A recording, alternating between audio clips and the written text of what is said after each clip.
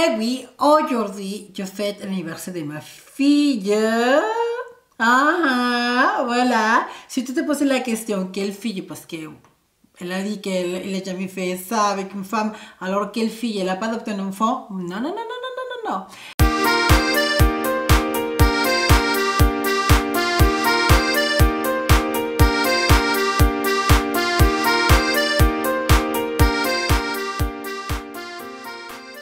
Le 7 octobre de 2008, c'est le jour que pour moi beaucoup de choses ont changé. Si tu te rappelles dans mes petites story time, je t'ai raconté un petit peu comment s'est passé le jour de l'opération. Voilà, c'était en 7 octobre et aujourd'hui, ça fait près de 12 ans, je vais fêter son anniversaire à ma petite fille, de m'accompagner, d'être avec moi, d'avoir venu dans ma vie, sans que je pense, et pour moi c'est une chose que je voulais fêter avec toi.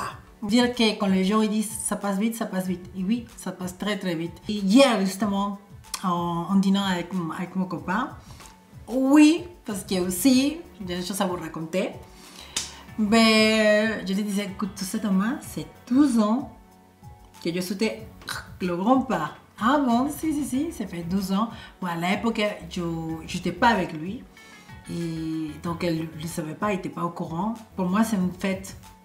C'est une date vraiment symbolique. Et si toi, c'est quelqu'un comme moi qui a sauté le pas, je pense que pour toi aussi, c'est une date symbolique. La mienne, elle a 12 ans, s'appelle Rebecca. Et elle est très coquine. Il sait qu'est-ce qu'il veut. Comme toi, j'espère, non?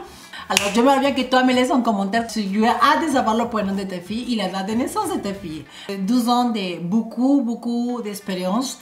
Découvrir ta sexualité un petit peu grand déjà, c'est quelque chose de, comment dire, il faut le vivre. Vraiment, il faut le vivre. Des choses qui sont passées dans ma vie, très bien, des fois un petit peu mauvais, mais de vécu. Je pense que la richesse d'une personne, hétéro, trans, bi, ou le qui soit, c'est vraiment d'avoir des vécus. Moi, personnellement, je peux dire que le temps y passe. Je suis très contente qu'il passe le temps parce que chaque étape de ma vie, je l'ai vécu vraiment intensement. Et autant que petite, avec mes luttes, avec mes bullying à l'école, avec les choses que j'ai vécues, mais j'ai toujours vécu heureuse. Et ça, c'est une chose que personne ne peut me la voler. Personne. J'étais la plus petite, je suis la plus petite des 3 enfants. Et moi, je suis la plus pétillante parce que j'étais la dernière, la fille désirée. La fille qui est venue après de ma famille, en fait, on est 3. 2 enfants. Mon frère qui est l'aîné, ma soeur qui avec mon frère sont un handicap. Mais j'ai venu après 6 ans. Ma mère a toujours dit que moi, j'étais l'enfant qu'elle a désiré. Parce qu'à l'époque, voilà, il n'y avait pas tellement d'informations pour les méthodes anticonceptives. Mais après 6 ans, quand il y avait déjà mon frère et ma soeur, ils ont décidé d'avoir un 3e enfant. Et voilà, c'était moi qui est née, la petite fille désirée. Donc, je pense que tout ça, envie de mes parents de me voir, tout ça me l'ont transmis pendant la grossesse. C'est pour ça que j'ai la joie de vivre, que beaucoup de gens ne le comprennent pas. Et plus, après que je sauté le pas, j'ai eu une période, comme je vous ai raconté déjà, qu'il y a eu une période un petit peu chaude, changement hormonal grave, fort, et que bon, j'étais un petit peu comme ça. Mais maintenant, j'aurais plus mes esprits, j'aurais plus ma confiance, et pourquoi pas plus, en plus après que j'étais vraiment déjà comme ça, avec ma Rebecca dans les bras. Alors, je peux te dire que 12 ans, oui, qui sont passés dans ma vie, mais 12 ans vraiment plein d'expériences, plein de choses bien. Et les choses mauvaises, je trouve que sont des choses qui nous apprennent à mûrir, nous apprennent à être des personnes meilleures, j'espère. Et en tout cas, je suis très contente d'aujourd'hui de partager ça avec vous. Et en tout temps, je voulais un petit partage parce que je pense que vous allez le voir, je vous parlerai un petit peu plus avec vous. Mais si tu regardes un petit peu mes vidéos 12 ans et demi avant, je vais faire une vidéo dans laquelle je vais raconter que je vais arrêter avec mon copain. C'est une relation qui s'avait arrêtée pas pour une 3e personne, parce qu'il m'a trompé ou je l'ai trompé. Non, c'était pas du tout ça. C'était vraiment qu'après 7 ans, on avait vécu une relation assez bien, de haut et de bas comme tous les couples. Mais au bout d'un moment, c'est moi qui avais décidé d'arrêter parce que je trouvais qu'une relation n'allait pas plus loin que ça. Et je voulais qu'elle expérimente en fait le fait d'être père aussi, chose que je voulais vraiment qu'il fasse sa vie. Et Et en même temps, vraiment, je me sentais pas à l'aise en ce moment avec lui. Donc je dis, bon, c'est un moment de que pourquoi je garderais quelqu'un à mon côté qui est fidèle à moi, tout ce que tu veux, mais je ne me sens pas bien avec lui. Donc j'ai décidé d'arrêter. D'ailleurs, c'est moi toujours qui arrête avec le mec. C'est pas, tout le monde me dit, ah, comment tu fais? Mais si, c'est moi qui ai arrêté dans cette relation. Et pendant 12 ans, on n'est pas fini mal, en colère, rien du tout. Donc on a toujours gardé des contacts. Et pas récemment, pendant tout le confinement, en fait, la seule personne qui a été pendant moi, pendant tous les jours, presque tous les jours, des messages, comment vas-tu, j'espère que tu vas bien. Et chaque fois, des blagues et blagues, me disaient en fait, toi et moi, on va revenir un jour ensemble. Il disait non, non, non, non, non, bref, non, non, non, non, non. Et en fait, plus le temps est passé dans le confinement, plus je pense comme beaucoup de personnes qui sont passées le confinement des fois toutes seules.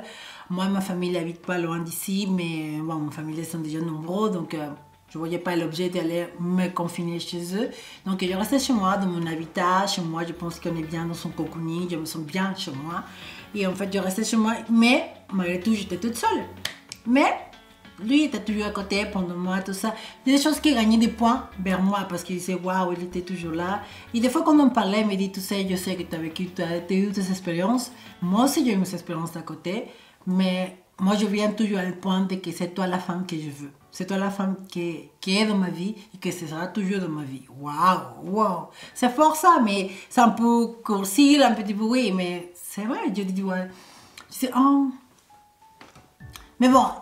Il toujours m'a plu, elle me plaît toujours. Chaque fois qu'on parlait, en plus, je lui disais, écoute, je pense que si on reprend notre relation, il fallait que prendre des directions différentes, comme ils ont vécu avant. Pour ne pas revenir au même point, on a arrêté en fait. Aussi, ce qui m'a aidé à moi à mettre en clair mes pensées, c'est le fait de passer ma formation. Je suis au moitié de ma formation déjà. Et que c'est ça qui m'a fait vraiment comprendre beaucoup des erreurs en fait que moi j'ai commis. En fait, moi, chaque fois on pense qu'on a fini une relation, ah, c'est la faute de l'autre personne, c'est lui, non, mais aussi moi, hein, laissez-moi, vous voyez un petit peu, on vous montre ça qu'on veut, mais moi aussi, je suis loin d'être parfaite, hein. Personne n'est parfaite, mais loin.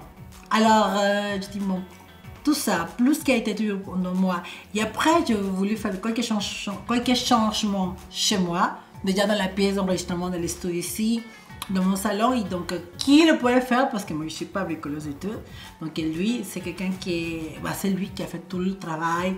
Il était là, donc il y a des jours qui finissaient tard, donc mais je peux rester. Bon, on a dîné ensemble, on a mangé ensemble, on a passé des moments ensemble, des moments de tendresse, sont revenus, et voilà. Donc ouais, je vais essayer le bras, je vais essayer le bras, et voilà. Donc on est revenu dans notre relation. Ça fait déjà 3 mois. Qu'est-ce que je peux vous dire? L'amour, c'est quelque chose qui est merveilleux. On est là pour l'amour et je pense que c'est les choses qui vivent le monde. Je pense que l'amour est avec quelqu'un, avec qui tu t'entends bien, avec qui est ton partenaire, ton amant, ton copain, ton camarade. Ça, c'est le plus important. Et ça, c'est les choses que je vis actuellement avec mon copain. Mais ça, c'est toujours le début de relation. Mais notre relation, ce n'est pas le début. Parce que nous, ça fait presque, si on comptabilise le temps, ça fait presque 8 ans qu'on est ensemble, on va dire. En comptant les 12 ans d'écart qu'on ne vivait pas ensemble, mais on restait toujours en communication. Encore une fois, nous, on avait arrêté par un mauvais terme, en fait. Et donc, on restait toujours de bons contacts. Parce que malgré tout, je m'entendais super bien avec lui. C'est mon meilleur ami. Il connaît beaucoup de choses de moi. Tous mes secrets. Je connais beaucoup de choses sur lui. Et ça, cette intimité, c'est vraiment quelque chose de grandiose pour moi. Pour moi, avoir une relation avec quelqu'un, c'est pas seulement avoir un amour, avec qui tu t'entends bien dans le lit. Non, pour moi, c'est être avec quelqu'un, c'est tout à l'ensemble. Et c'est ça qu'il y a en ce moment. Je pense que ça se voit, tout le monde me dit en ce moment, tu es plus rayonnante. Et voilà, c'est parce que quand on est amoureuse, on est comme ça, on voit la vie en rose. Bon, aujourd'hui, je me prépare un petit peu parce qu'on va aller dîner, à fêter la naissance de notre fille, de ma fille, qui maintenant c'est sa fille à lui aussi, et que l'aime beaucoup, laissez-moi vous dire. Mais bon, on va fêter ça. Voilà cette petite vidéo pour vous partager cette joie de moi. Aujourd'hui, je vais la fêter bien, très très bien, croyez-moi. Si vous entendez un cri chez vous, c'est moi qui crie, hein. En temps, je t'embrasse de tout mon cœur. C'est ça la première fois que tu passes par ici. Je suis Charita et dans ce chaîne on parle de maquillage, tips de beauté, recettes de grammaire latine, chirurgie, story time. Je t'invite à t'abonner, en même temps activer la petite cloche de notification, comme ça tu seras jour dans toutes mes vidéos. Je t'invite à me laisser un commentaire pour savoir la date de naissance et le prénom de ta fille. Si tu es une fille bio aussi, je pense que pourquoi pas lui mettre un prénom. Et si tu es une fille trans comme moi aussi, sa date de naissance, pour moi c'est très important. Laisse-moi te dire, je t'en prie d'être heureuse, d'être vraiment bien dans ta peau, être heureuse surtout et vivre intensement la vie. Je te dis à la prochaine vidéo. Ciao!